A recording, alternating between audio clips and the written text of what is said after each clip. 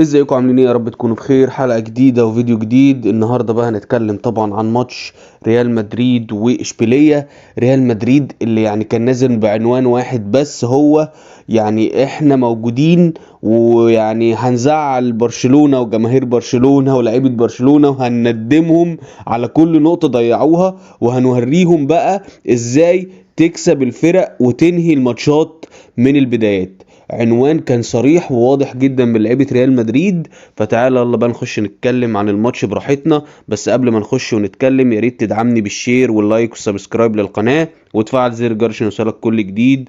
فيلا بينا نخش على الحلقه على طول.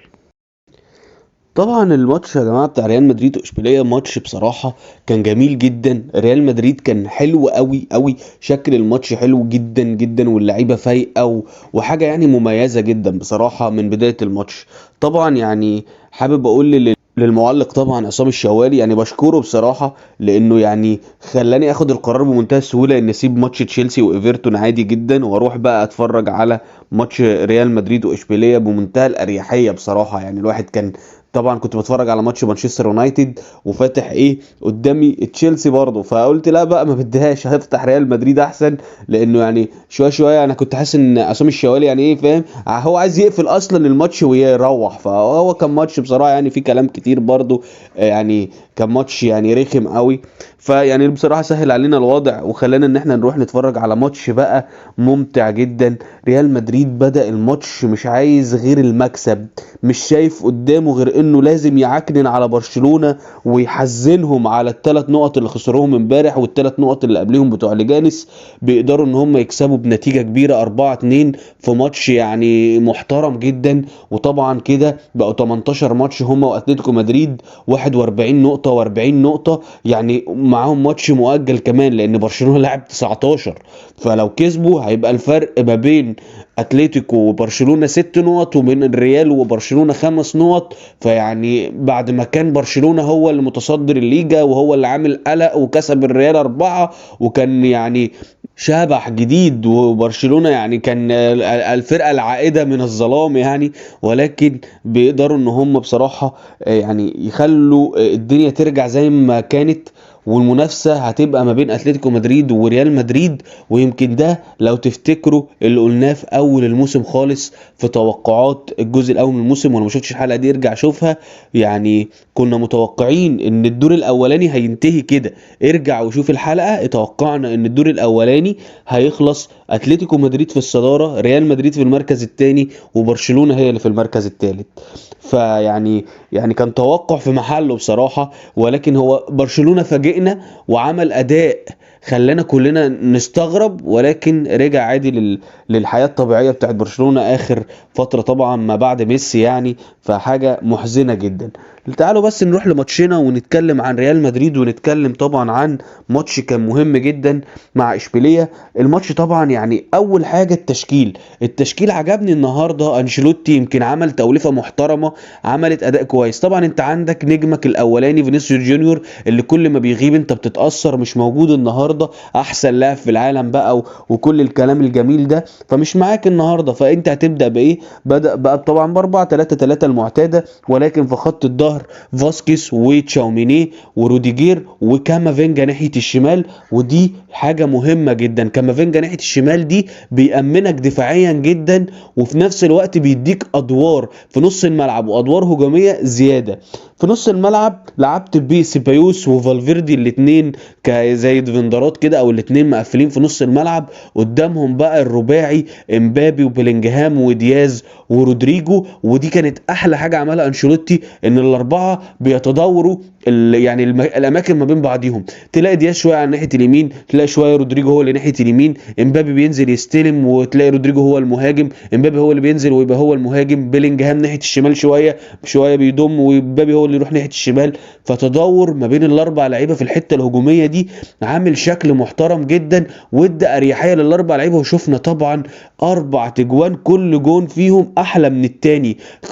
كفايه الجون الاولاني بتاع كيليان امبابي ده، يمكن ما شفناش كيليان امبابي من اول الموسم مع ريال مدريد بيعمل كوره بالجمال والمنظر ده. الكوره بتاعت كيليان امبابي، الكوره اللي احنا بنحبها، اللي هي على عدلتي طب اهي واحده صاروخ في الجون، ما قدرش اصلا، ما لحقهاش، ما شافهاش تقريبا. واحده قنبله من حاجات كيليان امبابي اللي احنا مستنيينها منه من زمان.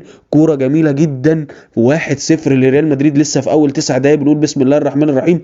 ده غير ان الريال اصلا كان بادئ ضغط عالي جدا على لعيبه اشبيليه من اول دقيقه في الماتش، مش مخليهم قادرين يتنفسوا.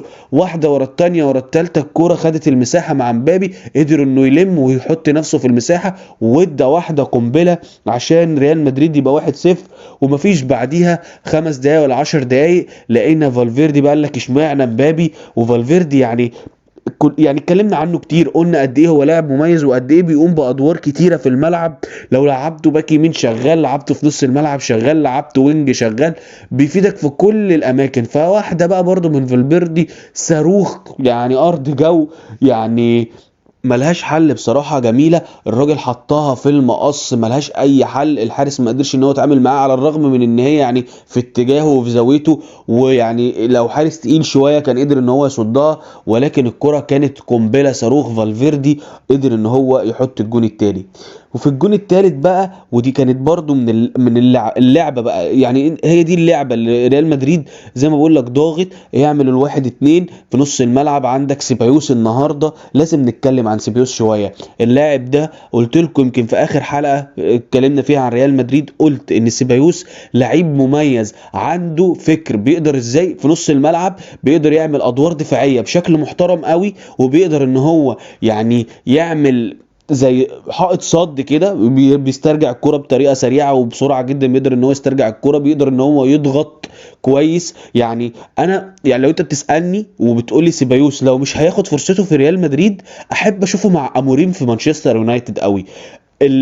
الستايل ده هو اللي محتاجه اموريم في مانشستر يونايتد. محتاج لعيب بيعرف يضغط، بيعرف ازاي ياخد الكرة ويسترجعها من الاولى او الثانيه. يعني ما قدرش يجيب الكرة، لا مش هستسلم، مش كاسيميرو اللي هو خلاص ان الكرة عدتني شكرا بقى مع السلامه، لا هاتها تاني وارجع تاني واجيبها تاني. هو ده سيبايوس، وهو ده اللي بيقدر يقدمه، النسخة المطورة من ماونت، نقدر نقول كده. يعني سيبايوس النسخة المطورة من ماونت بيعمل المهام دي، ولكن يعني لعيب كسلي شويه. انما سيبايوس لما بتديله الفرصه وبتديله الوقت بيقدر ان هو يكون لعيب مميز. فسيبايوس النهارده مع ريال مدريد هو ده سيبايوس اللي احنا بندور عليه. لعيب في كل مكان في الملعب بتلاقي بيساندهم في خط الهجوم، بيساند في خط الدفاع، بيقدر ان هو يقطع الكوره ويبدا هجمه، بيقدر ان هو يشوف كويس الملعب عامل ازاي، بيقدر ان هو يحرك الملعب كله. فبصراحه سيبايوس من اللعيبه المميزه جدا جدا جدا، واللي فرقت جدا جدا جدا مع منظومه ريال مدريد. وانا لسه مش فاهم ليه ما بياخدش ادوار اكتر من كده. حابب اشوفه اكتر من كده، وياخد فرصه اكتر من كده، وياخد وقت اكتر من كده مع منظومه انشيلوتي ومنظومه ريال مدريد. طبعا ابراهيم دياز شفناه في الجون الرابع، الراجل الكره امبابي حطها له كده ما بين اللعيبه، الراجل حطها جميله قوي من فوق الحارس. ودياز اصلا في الشوط الاولاني بالذات كان مميز، كان قادر ان هو دايما يعمل التبادل كده مع رودريجو، الاثنين بيبدلوا مع بعض. شفنا ده شويه على اليمين وده شويه في خط الهجوم، ودياز شويه هو اللي في خط الهجوم ورودريجو هو اللي ناحيه اليمين، فبيتبادلوا الادوار بشكل جميل جدا. الاثنين فاهمين بعض كويس قوي. دياز طبعا مهاري، بيقدر ان هو يعمل الدريبلينج ويروح على الجون والكلام ده كله، ودي حاجات مميزه متعودين منها على مع دياز وبيقدمها بشكل حلو. الجون الثالث بصراحه فاسكيز عملها، رودريجو حطها واحده جميله جدا. ورودريجو انا قلت لكم من اول الموسم، انا بشوف رودريجو يمكن يعني ممكن تتحسب عليا، ولكن انا بشوف رودريجو في ريال مدريد اهم من مبابي. ليه؟ لاعب مستقر، واحد عارف مكانه في ريال مدريد، فاهم طريقه لعب ريال مدريد، فاهم الجمهور عايز ايه من لعيبه ريال مدريد. كل الحاجات دي هو متعود عليها، وعنده الخبرات وعنده الفكرة وعنده الاستيعاب السريع وعنده الحركة السريعة، عارف هو عايز ايه. فالنهاردة بصراحة الجون ده يديله ثقة اكتر بعد الاصابة المتكررة، الاصابة ورجع واتصاب تاني. وطبعا الكلام الكتير بقى اللي في اول الموسم والكلام ده كله كلنا عارفينه. فطبعا ده بيزيد وبيدعم من القوة الهجومية لريال مدريد، مع وجود طبعا العبقري بيلينجهام. هتقول لي النهاردة يعني بيلينجهام ما كانش قوي يعني، لا بالعكس، مين اللي قالك انه مش قوي؟ بيلينجهام دوره كبير جدا في الملعب، يعني هو عارف انت اللعيب اللي بتسند عليه، ممكن ما تكونش واخد بالك منه قوي، ولكن هو كل كوره بيختم عليها لازم تسند عليه، لازم هو اللي يخرج الكوره، لازم هو اللي يلعب هنا، لازم هو اللي يلعب هنا، لازم هو اللي يطلع امبابي، لازم هو اللي يغير الملعب مع رودريجو، هو اللي يلعب الكوره الباصيه الطويله لدياز. فلا بلينجهام طبعا يا جماعه واحد من اهم اللعيبه. يعني سيبك بقى من الناس طبعا اللي ماسكه الفتره الاخيره، اصله ما بيجيبش جوان زي الموسم اللي فات، اصله ما بيجيبش جوان زي الموسم اللي فات. على فكره العكس هو الصحيح، الموسم اللي فات هو اللي كان استثناء مش الموسم ده. بيلينجهام مش مطلوب منه انه يجيب جوان كتير، امال فينيسيوس جونيور ورودريجو ومبابي دول احنا جايبينهم ليه، او ريال مدريد جايبهم ليه؟ عشان في الاخر بيلينجهام هو اللي يجيب الاجوان يعني بالمنطق، فاهم؟ لا بيلينجهام دوره ان هو يودي الناس دي تجيب اجوان، وهو ده اللي بيحصل، وهو ده اللي احنا بنشوفه، وهو ده اللي بيقدمه بيلينجهام بصراحة. واحد من اهم اللعيبة طبعا في مركزه، واهم اللعيبة في ريال مدريد. فبصراحة النهاردة ريال مدريد ورانا ماتش جميل جدا، بغض النظر بقى عن الجونين اللي جم فيه. طبعا الجون اللي في الشوط الاولاني من اشبيليه بالعرضيه، يعني بص هو كان بعد الجون الثالث على طول، فكانت اللعيبه اللي هو ايه 3-0 والدنيا معانا مرتاحه وسهو كده يعني. وكامافينجا اصلا كان مش موجود، وتشاوميني يعني الكره اللي اتلعبت عرضيه تشاوميني كان بيتفرج على الراجل وهو طالع بيحطها في الجون. حتى كورتوا لو تبص هتلاقيه كان واقف اللي هو ايه ده جون ماشي يا 3-1 يلا مش مشكله، فاهمني؟ والجون طبعا الاخير اللي في الدقيقه مش عارف 83 84 كوره برده كده سرحت ما بين اللعيبه، عملها ثرو جميل قوي للمهاجم، المهاجم راح حطها برده، وكان كورتوا هيصدها ولكن تألق كورتوا بصراحه، تألق النهارده، شال كوره في اول الشوط الثاني. كانت لو جت جون كانت ممكن تغير رتم ومجرى الماتش، لان كان هيبقى 3-2، كانت لعيبه اشبيليه ممكن تفوق، ممكن تقول لك ما هو احنا بنقدر وجبنا الثاني وخلاص هانت فاضل جون وبتاع. ولكن طبعا كورتوا حارس كبير، قدر ان هو يطلع الكره ويصدها بشكل محترف جدا، وطبعا قدر ان هو يأمن فرقته، وده يعني اللي متعودين منه من كورتوا بصراحه، يعني حارس طبعا مميز. طبعا كده زي ما قلت لك ريال مدريد بقى في المركز الثاني ب 40 نقطه، اتلتيكو مدريد هي في المركز الاولاني ب 41 نقطه، الفرق نقطه واحده ما بين الفرقتين. فطبعا منافسه هتكون شرسه جدا ما بين الفرقتين، وهنشوف بقى فليك هيعمل ايه في اللي جاي، لان خلاص انت كنت معتمد ان انا خسرت كسبت انا كده كده في الصداره وانا المتصدر، اديك يا عم فقدت الصداره وبقى الفرق 6 نقط زي ما قلنا. لو كسب اتلتيكو مدريد وريال مدريد الماتش اللي فاضل لهم المؤجل اللي برشلونه لعب ماتش زياده عنهم، فهيبقى الفرق 6 نقط او 5 نقط. فيعني لازم بقى تفوق يا فليك، ولازم تشوف هتعمل ايه، ولازم تفكر في اللي جاي، لان اللي جاي صعب جدا. الفرقتين فاقوا، الفرقتين خلاص نظموا نفسهم، فرقتين طبعا يعني تقال جدا جدا جدا، مش محتاج اقول. ريال مدريد طبعا رقم واحد في اسبانيا، واتلتيكو مدريد فرقة منافسة، وخاصة مع سيميوني كلنا عارفين بيقدموا ايه في اخر 10 سنين مثلا، بيقدموا اداء محترم جدا مع سيميوني ودايما في المنافسة.